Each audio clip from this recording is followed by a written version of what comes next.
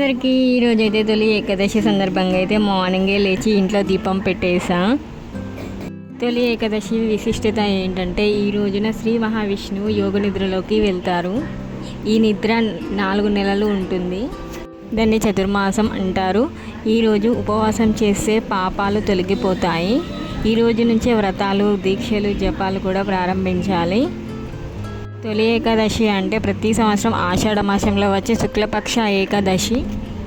ఇంకా నెక్స్ట్ వచ్చేసి అయితే గుడికి వెళ్ళి దేవుణ్ణి అయితే దర్శనం చేసుకున్నాము. గుడిలో అయితే చాలా మంది ఉన్నారు. ఇంకా మేమైతే వెంకటేశ్వర స్వామి టెంపుల్కి వచ్చేసాము. దేవుని దర్శనం అయితే చాలా బాగా జరిగింది.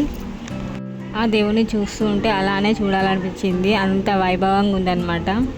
ఇంకా తర్వాత దేవుని ముందర అయితే పిండి దీపము వెలిగించాము.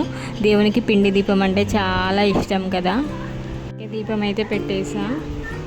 ఇంకా అన్విక అయితే ఎక్కడ దేవుడు కనిపించినా అక్కడ మొక్కేస్తుంది అనమాట. ఈ వీడియో నచ్చినట్లయితే లైక్ చేయండి, షేర్ చేయండి, కామెంట్ చేయండి, సబ్స్క్రైబ్ చేసుకోండి. Thank you for watching.